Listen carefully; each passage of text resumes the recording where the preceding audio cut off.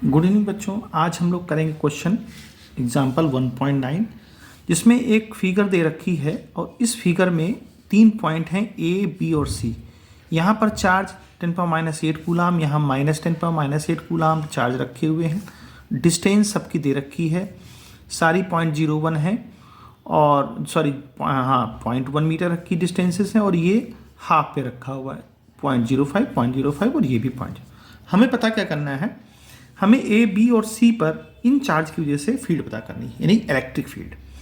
तो देखिए हमेशा ध्यान रखिए, ये हम आपको बता दें कि प्लस चार्ज कहीं अगर है तो उससे इलेक्ट्रिक फील्ड बाहर की तरफ निकलती है, रेडियली आउटवर्ड निकलती है, और निगेटिव चार्ज के लिए इनवर्ड आती है।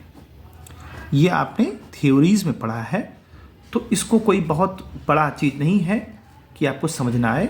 तो देखिए ध्यान दीजिए, सबसे पहले इस पॉइंट पर इलेक्ट्रिक फील्ड पॉजिटिव चार्ज, देखिए ये पॉजिटिव चार्ज है, ये पॉजिटिव चार्ज यहां रखा है, तो इस पॉइंट पर क्या होगा, इलेक्ट्रिक फील्ड इस डायरेक्शन में काम करेगी, क्योंकि इलेक्ट्रिक फील्ड निकलती है चारों तरफ, ऐसे करके निकलेगी यानी बाहर की तरफ। तो यानी इस पॉइंट पर इलेक्ट्रिक फील्ड इसकी वजह से इधर, तो आप इसको क्या मान लें, F A B electric field क्या मान लें, सॉरी ई ए बी, यानी ए पर बी की वजह से, ऐसे मान लें ए पॉइंट पर बी की वजह से। तो कितना हो जाएगा बच्चों, 1/4πε0 को हम 9 × 10⁻⁹ कह लें, बार बार लिखने से बचेंगे। और चार्ज कितना है 10⁻⁸, और अपॉन डिस्टेंस का स्क्वायर, तो डिस्टेंस कितनी है आपकी 0.05 का स्क्वायर। तो ये 2 बार लिख लेते हैं हम लोग, ठीक है। और जब ये 2 बार लिखेंगे तो इसका जो वैल्यू देखो, सबसे पहले वैल्यू देखना पड़ेगा।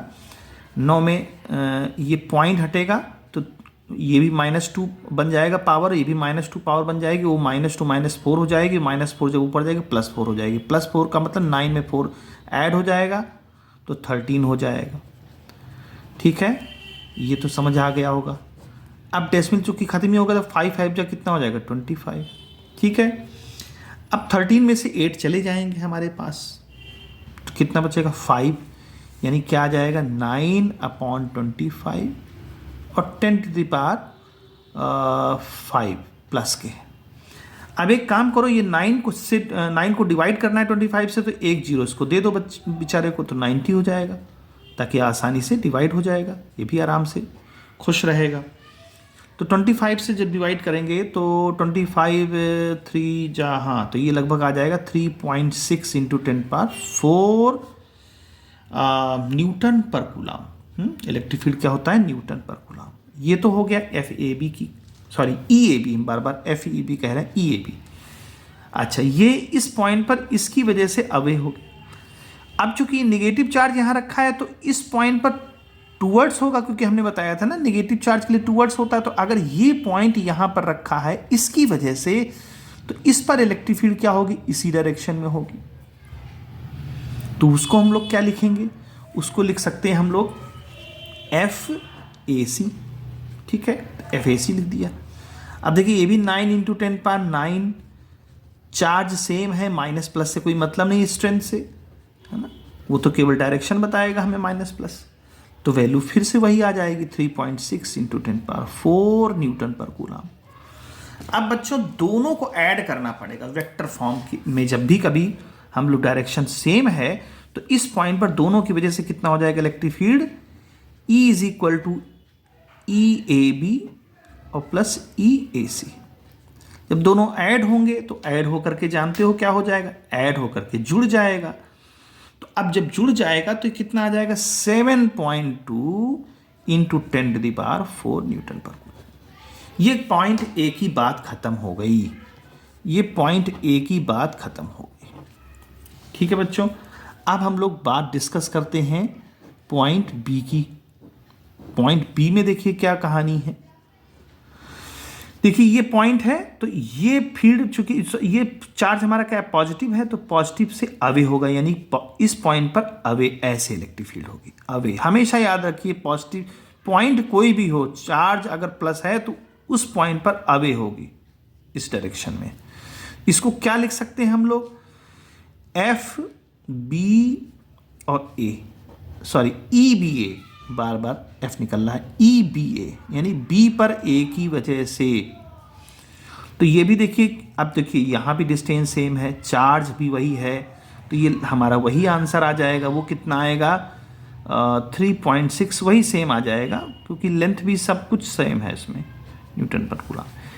अब ये निगेटिव चार्ज है तो ये क्या करेगा, अट्रैक्ट करेगा, सॉरी हाँ वही निगेटिव की तरफ इलेक्ट्रिक फील्ड टूवर्ड्स होगी, अंदर की तरफ होगी। तो यहाँ पर इलेक्ट्रिक फील्ड क्या होगी, अब देखिए यहाँ ज़्यादा कंजेस्टेड हो गया तो मैं ऐसे दिखा दे रहा हूँ, इस डायरेक्शन में होगी, यानी इस पॉइंट पर इधर और इस पॉइंट पर इधर, तो यानी दोनों। अच्छा ये भी लिख लो कितना होगा, बी सी, सॉरी ये क्या है, ओह बी, ये मैंने क्या लिख दिया, बी ए पर नहीं था ये, आप इसको Q2 मान लो ना, तो B2 ऐसे कर लो, ये 2 की वजह से।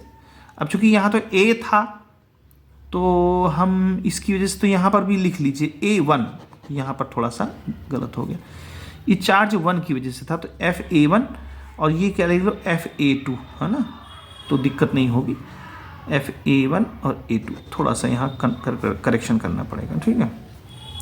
वो मैंने B लिख दिया, पॉइंट था तो B नहीं, चूंकि 1 2 है तो 1 2 लिख दीजिए। तो अब B पर 1 की वजह से तो हम लोगों ने निकाल लिया, ये आया, और 2 की वजह से F2 हो जाएगा, B2 हो जाएगा, तो B2 कितना हो जाएगा, सेम वही चीज़, नहीं सेम चीज़ तो नहीं होगा, ये डिस्टेंस बढ़ जाएगी, यहाँ पर डिस्टेंस बढ़ जाएगी, ठीक है। तो यहाँ पर जब डिस्टेंस बढ़ जाएगी तो क्या आ जाएगा, देखिए इस चार्ज की वजह से डिस्टेंस हमारी, चूंकि ये डिस्टेंस बड़ी है तो यहाँ पर हमको फिर से सॉल्व करना पड़ेगा, तो कोई बात नहीं, 9 × 10⁹, ठीक है। और चार्ज कितना है, क्योंकि फार्मूला क्या होता है, फार्मूला होता है 1/4πε0 Q/r², तो 9 × 10⁻9 हो जाएगा, और चार्ज हमारा 10⁻⁻8 होगा, डिस्टेंस हमारी बढ़ जाएगी, क्योंकि इस पॉइंट पर देखिए, इस पॉइंट पर ये भी डिस्टेंस काउंट होगी और ये भी डिस्टेंस काउंट होगी, है ना, पहले मैंने गलत बता दिया था। इस पॉइंट पर ये डिस्टेंस और ये पूरी, चूंकि यहाँ से इसकी डिस्टेंस देखनी है, तो कितना हो जाएगा 0.05 और प्लस 0.1 और इसका स्क्वायर, ये होगा इसमें। तो देखिए ये अल्टीमेटली कोई बात नहीं, सॉल्व कर लेते हैं, 9 और 10⁻⁸ डिवाइड बाई 1.15 हो जाएगा, और 2 बार 0.15, है ना, 2 बार हो जाएगा, क्योंकि स्क्वायर है।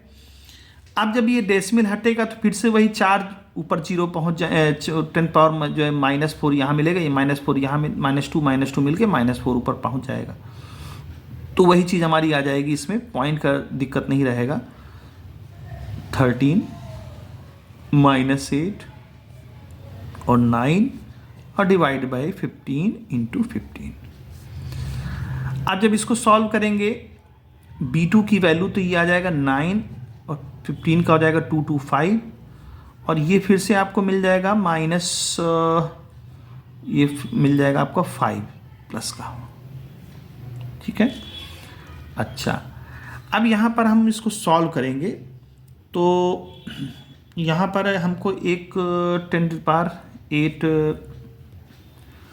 तो ये इसको एक आप दे दीजिए, 0 तो 90 डिवाइड बाई 225 हो जाएगा, तो ये इसको क्या कर लेंगे हम 4 इसलिए बना लिया हमने क्योंकि यहाँ देखिए यहाँ 4 आ रही पावर, तो हमें ऐड करने और माइनस करने में आसानी होगी, इसीलिए हमने क्या किया 5 को 4 बना दिया, एक 0 इसको दे दिया। अब जब इसे डिवाइड करेंगे तो बच्चों ये आ जाएगा EB2 की वैल्यू आ जाएगी 0.4 × 10⁴ न्यूटन पर कूलम, ठीक है।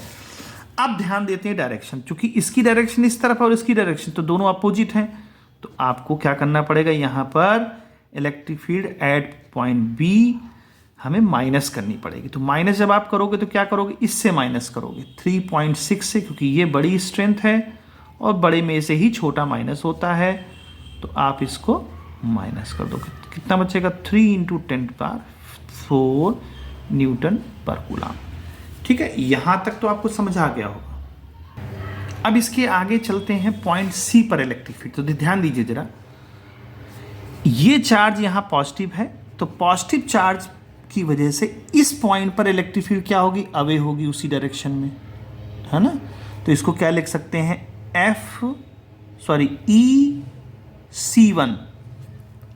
EC1 लिख लें क्योंकि 1 की वजह से है, तो EC1।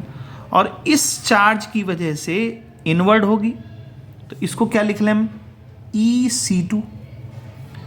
अब देखिए इस पॉइंट, इस पिक्चर को हम थोड़ा सा नीचे खिसका के ले आते हैं क्योंकि यहाँ पर हमें स्पष्ट दिखाई दे जाएगा। तो ये पॉइंट C था हमारा, इस डायरेक्शन में हमारा क्या बना था, EC1, और इस डायरेक्शन में क्या बना था, EC2। और हमको मालूम है कि इस पॉइंट पर ये जो एंगल है वो 120 बनने वाला है, क्योंकि आप देख लीजिए यहाँ पर क्या होगा भाई, ये 60 डिग्री है, इक्विलेटरल ट्रायंगल है, तो ये कितना होगा 120, क्योंकि ये पूरा 180 का होगा तो 120 हो जाएगा। तो अब क्या करेंगे बच्चों, हम जानते हैं कि दो अगर वेक्टर 120 डिग्री पे हैं तो इसका फार्मूला क्या होता है, नेट इलेक्ट्रिक फील्ड पता करने का C पॉइंट पर √, EC1 का स्क्वायर प्लस EC2 का square plus 2E1 into EC2 C1 और cos 120। ठीक है, cos 120 की वैल्यू -1/2 होती है, लिहाजा अब देखिए EC1 की वैल्यू हम लोगों ने क्या निकाली है कि नहीं निकाली, उसको निकाल लें, पहला काम तो यही कर लें। तो EC1 की वैल्यू निकाल दें।